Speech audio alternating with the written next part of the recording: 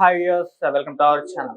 ఐబొమ్మ రవికి ఫైనల్ గా బెయిల్ దొరకడం అయితే జరిగింది. ఎప్పుడో నవంబర్ లో అరెస్ట్ అయిన ఐబొమ్మ రవి తర్వాత ఆయన పైన చర్చలు ఏ స్థాయిలో జరిగాయో మనం చూసాం. పైరసీ మొత్తం ఆగిపోతుంది అనుకున్నారు కానీ ఇంకెక్కడ కూడా ఆగలేదు. అయితే ఇప్పుడు ఫైనల్ గా అతను బయటకి రావడం అనేది పైన కూడా చర్చ జరుగుతుంది. దీన్ని ఇండస్ట్రీకి షాక్ గా చూస్తున్నారు. అలాగే మళ్ళీ ఐబొమ్మ స్టార్ట్ అవుతుందని కొంతమంది కామెంట్ చేస్తున్నారు. ఏదేమైనా ఇప్పుడు రవికి బెయిల్ దొరకడం మాత్రం కూడా హాట్ టాపిక్ గా మారిపోయింది. ఇప్పుడు దీని గురించి డిస్కస్ చేయడానికి ప్రజెంట్ మనతో పాటు సీనియర్ ఫిలిం జర్నలిస్ట్ అప్పాజీ గారు ఉన్నారు. వారిని అడిగి తెలుసుకునే ప్రయత్నం చేద్దాం. సార్ నమస్కారం. సార్ నమస్తే ఆదిత్య. సార్, ఇది ఇండస్ట్రీకి షాక్ గా వర్ణిస్తున్నారు సార్ ఐబొమ్మ రవికి బెయిల్ దొరకడం అనేది. మరి మీరు ఎలా చూస్తారు సార్? అంటే ఇండస్ట్రీకి షాక్ అంటే ఇంక అతను ఎప్పటికీ ఫర్ ఎవర్ జైల్లో ఉంటాడని ఎవరు అనుకుంటారు కదా. ఇప్పుడు మర్డర్లు మానభంగాలు చేసిన వాళ్ళకే బెయిల్ దొరుకుతున్నాయి. అటువంటిది అంటే ఇది కూడా చాలా తీవ్రమైనటువంటి నేరం అయినప్పటికీ కూడా ఏదో ఒక రోజు ఇప్పుడు ఆల్రెడీ 3 నెలలు అయ్యింది. ఒకవేళ మహా ఇంకో లేట్ అయితే ఇంకొక 2 నెలలు 3 నెలల తర్వాత అయినా అతనికి బెయిల్ ఇవ్వాల్సిందే కదా, రావాల్సిందే కదా. అయితే ఆ బెయిల్ కూడా కొన్ని కండిషన్లు అయితే పెట్టడం జరిగింది. సో అతను ఆ కండిషన్ని లోబడి అతను ఉండాల్సిన ఇది కాబట్టి అంటే ముఖ్యంగా దీన్ని ఇప్పుడు ఐబొమ్మ రవిని అరెస్ట్ చేయడం వల్ల మొత్తం పైరసీ అయితే మొత్తం ఇది అయిపోలేదు కదా. ఆ మధ్య ఎవరో ఒక అతను చెప్పినట్టు అతని సేవలు ఉపయోగించుకొని ఈ పైరసీని కట్టడి చేయడంలో మనం ఇది చెయ్యాలని చెప్పి ఒక శివాజీ ఎవరు అన్నట్టున్నాడు కదా. అలాగా ఇప్పుడు ఐబొమ్మ రవికి అంటే ఏ విధమైనటువంటి ఏ మార్గాల ద్వారా పైరసీ చెయ్యొచ్చు, దానికి ఎన్ని మార్గాలు ఉన్నాయి, ఎన్ని ఇది ఉన్నాయని మొత్తం అతనికి తెలుసు కాబట్టి దాన్ని ఒక వ్యవస్థలాగా నడిపి దాని మీద 100 కోట్లు సంపాదించాడు అంటున్నారు కాబట్టి అతని తీసుకొని బాబు సరే నువ్వు తప్పు చేసావు అయిపోయింది, ఇక ముందు ఇటువంటి తప్పు జరగకుండా ఇండస్ట్రీకి నష్టం జరగకుండా పైరసీ సెల్ అని ఆ మధ్య యాక్టివ్గా ఉండేది.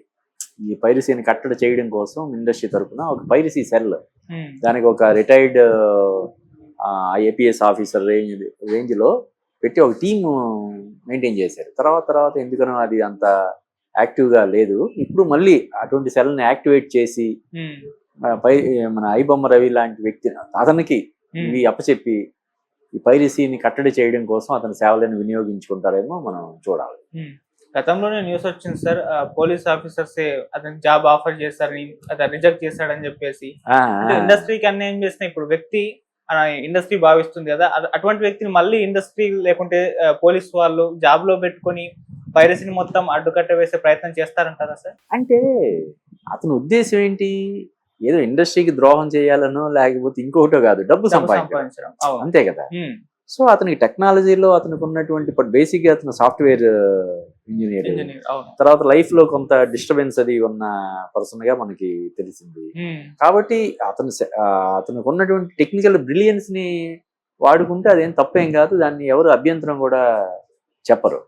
ఇప్పుడు ఈవెన్ పోలీస్ డిపార్ట్మెంటే అతనికి మంచి జాబ్ ఆఫర్ చేసిందని నువ్వు చెప్తున్నావు. అటువంటిది ఇండస్ట్రీ దాన్ని కట్టడి చేయడం కోసం చేస్తే అతని సర్వీసెస్ యూజ్ చేసుకుంటే అది ఖచ్చితంగా మంచిదే అవుతుంది తప్ప చెడేమీ అవ్వదని చెప్పి నేను అనుకుంటున్నాను. ఓకే సార్, అతను అరెస్ట్ అవ్వగానే హీరోలు, డైరెక్టర్లు, ప్రొడ్యూసర్స్ ఒక ప్రెస్ మీట్ పెట్టి మాట్లాడడం కూడా మనం చూస్తాం. మరి ఇప్పుడు రియాక్ట్ అవుతారా? ఈ విధంగా బెయిల్ దొరికింది, దీని పట్ల ఏ విధంగా రియాక్ట్ అయ్యే అవకాశం? అంటే కాదు అది ఇది చెప్పాను కదా, ఇంకా తీవ్రమైనటువంటి నేరాలు ఘోరాలు చేసిన వాళ్ళకి బెయిల్ అది వస్తుంది కదా. కాబట్టి ఇది ఇతనికి బెయిల్ రావడం పట్ల హర్షం వ్యక్తం చేయడం కానీ లేదంటే అభ్యంతరం వ్యక్తం చేయడం కానీ ఎవరు చేస్తారు? దాన్ని ఏ విధమైనటువంటి చట్టానికి లోబడే కదా ఎవరైనా. అతను కూడా కోర్టుకు వెళ్ళాడు, కొన్నిసార్లు అతను రిజెక్ట్ చేశారు, ఫైనల్ గా బెయిల్ వచ్చింది. దానికి కొన్ని షరతులు విధించడం జరిగింది. విదేశాలకు వెళ్లకుండా పాస్పోర్ట్ కూడా సబ్మిట్ చేయాలని చెప్పారు. రోజు పోలీస్ స్టేషన్కి వెళ్ళి కనబడాలని చెప్పి, హాజరు కావాలని చెప్పి ఒక ఇది ఉంది. అందువల్ల ఆ షరతులకి లోబడి అతను ఏ విధంగా వ్యవహారం చేస్తాడు, ఇప్పుడు కూడా మళ్ళీ ఏదైనా తప్పు చేయడం కోసం ప్రయత్నాలు చేస్తాడు, అతని మీద నిఘా ఉంటది ఖచ్చితంగా.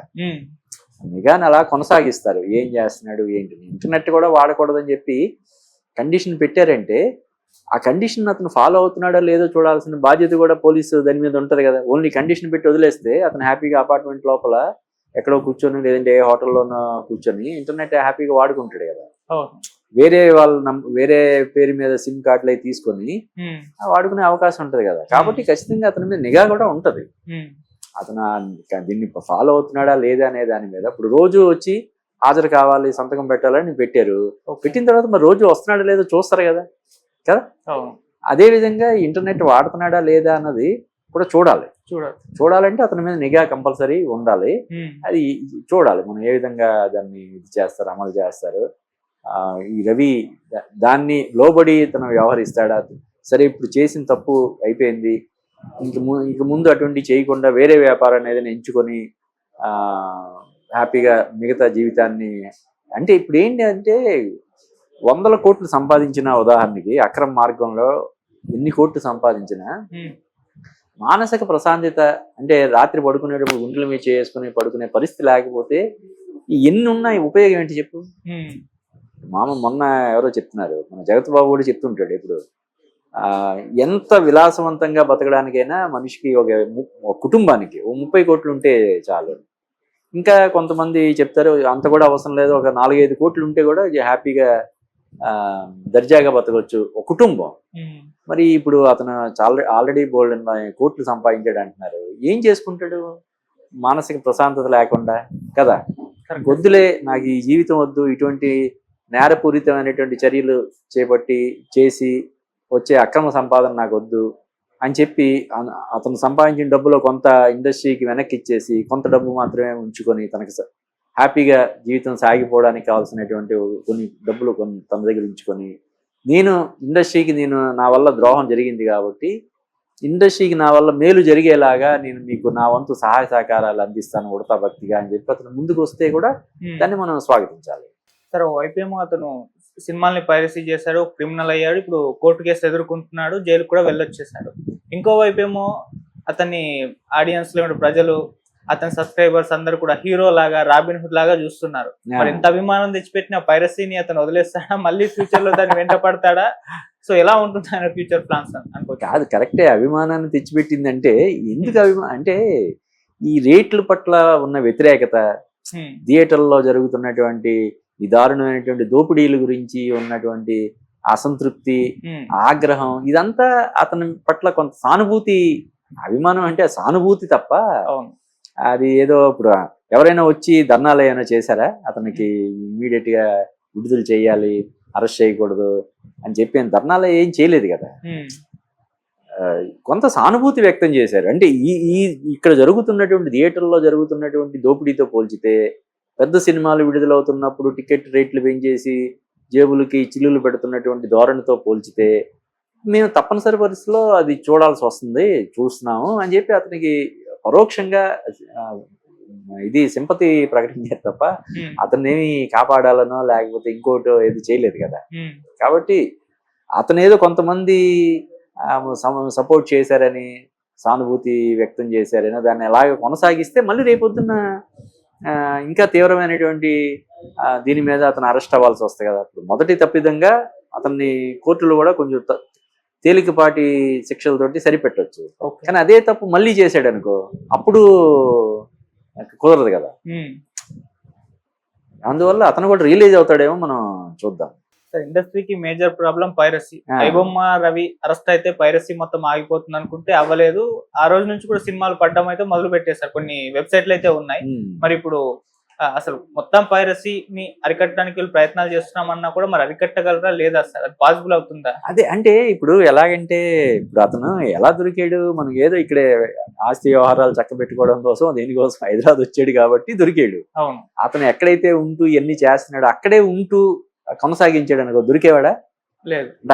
అక్కడ చట్టాలు దీన్ని పైరసీ చేయడాన్ని నేరంగా చూడవు కదా. ఇప్పుడు మన ఇండియాలో ఉదాహరణకి ప్రాస్టిట్యూషన్ అనేది ఒక నేరం, కొన్ని దేశాల్లో అదేం లేదు కదా. అలాగా ఆ దేశంలో అమలయ్యే చట్టాలను బట్టి ఉంటాయి. ఎవరో విదేశాల్లో సెటిల్ అయిపోయిన వాళ్ళు హ్యాపీగా దాన్ని చేసుకుంటూ దాన్ని ఒక ఆదాయ వనరుగా చేసుకోవచ్చు. దానికి అంటే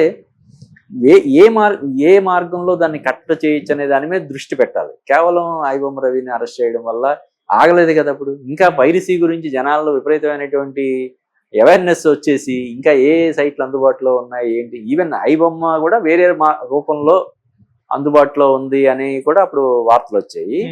కాబట్టి ఒక వ్యక్తిని అరెస్ట్ చేయడం వల్ల ఇప్పుడు దొంగ నోట్లు చలామణి చేస్తున్నటువంటి ఒక వ్యక్తిని అరెస్ట్ చేస్తే మొత్తం దొంగ నోట్ల ముఠానంతా అరికట్టినట్టు అవుతుందా కదా? ఆ నేరాన్ని మొత్తం ఇంకా ఎవడు ఇంకా దొంగ నోట్లు ముద్రించడం కానీ మా చలామణి చేయడం కానీ చేయరని చెప్పి మనం పోలీసులు హ్యాపీగా ఇంకా రిలాక్స్ అయిపోతారా? ఇది ఒక నిరంతర ఇది. ఐబొమ్మ రవి కాకపోతే ఇంకా అతన్ని ఇప్పుడేంటి ఐబొమ్మ రవి ఇంత సంపాదించాడా, దీనికి ఇంత ఉందా, దీని వెనకాల ఇంత ఆదాయ మార్గం ఉందా, ఇంత పొటెన్షియాలిటీ ఉందా ఇందులో అని చెప్పి చాలా మంది వేరే వేరే దేశాల్లో సెటిల్ అయిపోయిన వాళ్ళు ఇటువంటి చేసే అవకాశం ఉంది. ఎందుకంటే ఇప్పుడు మన సినిమాలు, మన తెలుగు సినిమానే కాదు, అన్ని సినిమాలు ప్రపంచవ్యాప్తంగా విడుదలవుతున్నాయి. ప్రపంచవ్యాప్తంగా తర్వాత ఈ ప్రింట్లు అనేవి లేవు. ఇప్పుడు ఇక్కడ ఆన్ చేస్తే అక్కడికి మొత్తం డేటా అంతా కూడా ట్రాన్స్ఫర్ అయిపోయే ఇది ఉంది.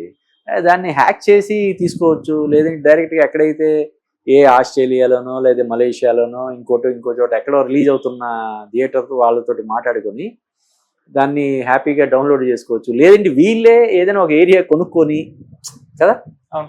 చాలా దేశాల్లో చిన్న చిన్న వాటికి 2 లక్షలకి 3 లక్షలకు కూడా ఇవ్వచ్చు కదా. ఎవరైతే మెయిన్ డిస్ట్రిబ్యూటర్స్ ఉంటారో వాళ్ళు మళ్ళీ చిన్న చిన్న దేశాలకి అమ్మేస్తుంటారు కదా.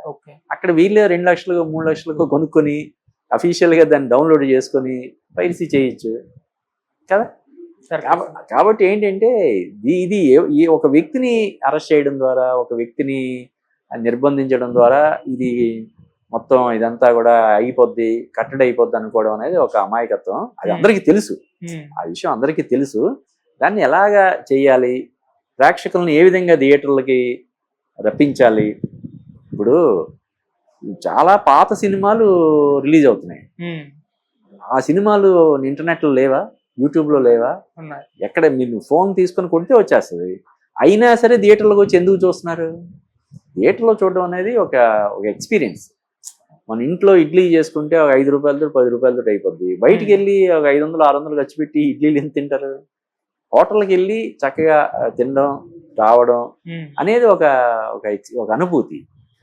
అలాగా థియేటర్లకు వచ్చి ప్రేక్షకులకు వచ్చి సినిమాలు చూసేలాగా అనువైన వాతావరణం కల్పించాలి. టికెట్ రేట్లు తగ్గించడం, అక్కడ ఏవైతే ఇంటర్వెల్లో అమ్మే తినుబండారాలు ఉంటాయో వాటి మీద విపరీతమైనటువంటి రేట్లు పెంచకుండా అందుబాటులో ఉండేలా చేయడం. బయట 20 రూపాయలు దొరికే వాటర్ బాటిల్ అక్కడ 150 రూపాయలు 200 రూపాయలకు అమ్ముతుంటే థియేటర్లకి వెళ్ళడం మానేసి మరి పైరసీని ఆశ్రయించకపోతే ఏం చేస్తారు?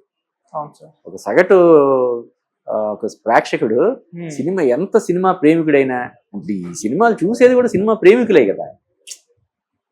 సినిమాలు కాకుండా బోల్డ్ అంత ఎంటర్టైన్మెంట్ ఉంది కదా. రీల్స్ రూపంలో, పాత సినిమాల రూపంలో, ఈవెంట్స్ రూపంలో, జోక్స్ రూపంలో బోల్డ్ అంత ఎంటర్టైన్మెంట్ ఉంది. అయినా పనిగట్టుకుని పైరసీ చేసి మరి చూస్తున్నారంటే కారణం ఏంటి?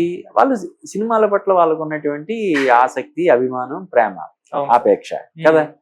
మరి నువ్వు వాళ్ళందరి దీన్ని మీరు వద్దు థియేటర్లు రానవసరం లేదని చెప్పి పరోక్షంగా వాళ్ళని పెట్టేసి మనం ఇలాగా దోపిడీకి పాల్పడుతుంటే ఏం చేస్తారు మరి?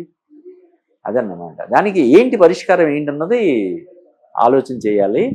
తర్వాత ఇలా పైరసీ చేయడాన్ని కూడా డిజిటల్గా ఏవైతే మార్గాలు ఉంటాయో పైరసీ చేయడానికి అవి లేకుండా ఎప్పటికప్పుడు, అంటే టెక్నాలజీ అనేది ఎప్పటికప్పుడు అప్గ్రేడ్ అయిపోతూ ఉంటది కదా.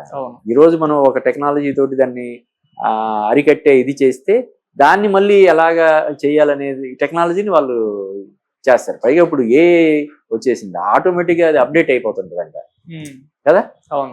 అందువల్ల ఏ విధమైనటువంటి చర్యలు తీసుకోవడం వల్ల పైరసీని కొంత మేరకైనా మనం కట్టడి చేయొచ్చు. లేదంటే దానికి కూడా ఏదైనా ఒక తక్కువ రేట్లో ఆన్లైన్లో పెట్టేసి, అంటే లేదంటే ఒక వారం రోజుల వ్యవధిలోనే చాలా సినిమాలు 2 రోజు 3 రోజే అసలు కలెక్షన్స్ ఉండని పరిస్థితి ఉంది కదా. పెద్ద సినిమాలు కూడా ఎంతో సూపర్ డూపర్ హిట్ అయితే తప్ప 2వ వారం చాలా థియేటర్లో ఉండట్లేదు. కాబట్టి దాన్ని ఏమైనా తగ్గించి, ఆ రోజుల వ్యవధిని ఏమైనా తగ్గించి అందుబాటులోకి తీసుకురావడం ద్వారా ఏమైనా చేయడం, లేకపోతే ఎవరెవరైతే డౌన్లోడ్ చేసుకుని చూస్తున్నారో వాళ్ళని కనిపెట్టేలాగా ఒక వ్యవస్థని మనం తయారు చేస్తే, ఇళ్లలో ఉండి డౌన్లోడ్ చేసినా కూడా పలానా ఐపీ నుంచి పలానా ఫోన్ నెంబర్ గల వ్యక్తి దీన్ని డౌన్లోడ్ చేసాడనే ఇది సమాచారాన్ని మనం సేకరించగలిగే వ్యవస్థని మనం ఏర్పాటు చేస్తే అప్పుడు అందరూ అమ్మో మనం పైరసీ చేస్తే మనది లేట్గానైనా మన ఇన్ఫర్మేషన్ వాళ్ళకి వెళ్ళిపోతుంది. ఇప్పుడు ఎలాగైతే ఐబొమ్మను డౌన్లోడ్ చేసుకున్న వాళ్ళు, ఐబొమ్మలో చూస్తున్న వాళ్ళ డీటెయిల్స్ అన్నీ కూడా వాళ్ళ దగ్గర ఉన్నాయని చెప్పి అంటున్నారు. అటువంటిది మన ఇండస్ట్రీ అందరూ కూర్చొని ప్రభుత్వ సహకారం కూడా తీసుకొని, పోలీస్ డిపార్ట్మెంట్ సహకారం కూడా తీసుకొని, ఎవరైతే ఇలాగా పైరసీ సైట్లలో సినిమాలు చూస్తారో వాళ్ళ ఇన్ఫర్మేషన్, వాళ్ళ లొకేషన్ కూడా తెలిసేలాగా ఒక వ్యవస్థని పకడ్బందీగా ఏర్పాటు చేస్తే ఆటోమేటిక్గా దీనికి ఒక ఫుల్ స్టాప్ అప్పుడు పడుతుంది. Okay sir. అంతవరకు మనం ఎవరైతే ఇవి చేస్తారో వాళ్ళని మనం టార్గెట్ చేయడం వల్ల ఇది కాదు. ఐబొమ్మ రవి కాకపోతే ఇంకొక రవి, ఇంకొక అతను పుట్టుకొస్తాడు కదా. అవును సార్. దీనికి పరిష్కారం ఏంటంటే ఇది. ఇప్పుడు లంచం ఇవ్వడం, లంచం పుచ్చుకోవడం ఎంత నేరమో లంచం ఇవ్వడం కూడా అంతే నేరం కదా. అలాగే పైరసీని చేసి సైట్లో పెట్టడం ఎంత నేరం, అది చూడడం కూడా ఇంచుమించు అంతే నేరం. కాబట్టి కాకపోతే ఎట్ ది సేమ్ టైం ఇదే ప్రాబ్లం, వాళ్ళకి సినిమాలు అందుబాటులో లేకుండా చేసేసి ఈ పైరసీలో చూస్తున్నారని చెప్పడం కూడా అంత కరెక్ట్ కాదు. కాబట్టి మధ్య మార్గంగా దానికి ఏం చేయాలి ఏంటనేది ఆలోచన చేయాల్సినటువంటి అవసరం అయితే ఖచ్చితంగా ఉంది. Right sir. Thank you so much. Thank you Aditya.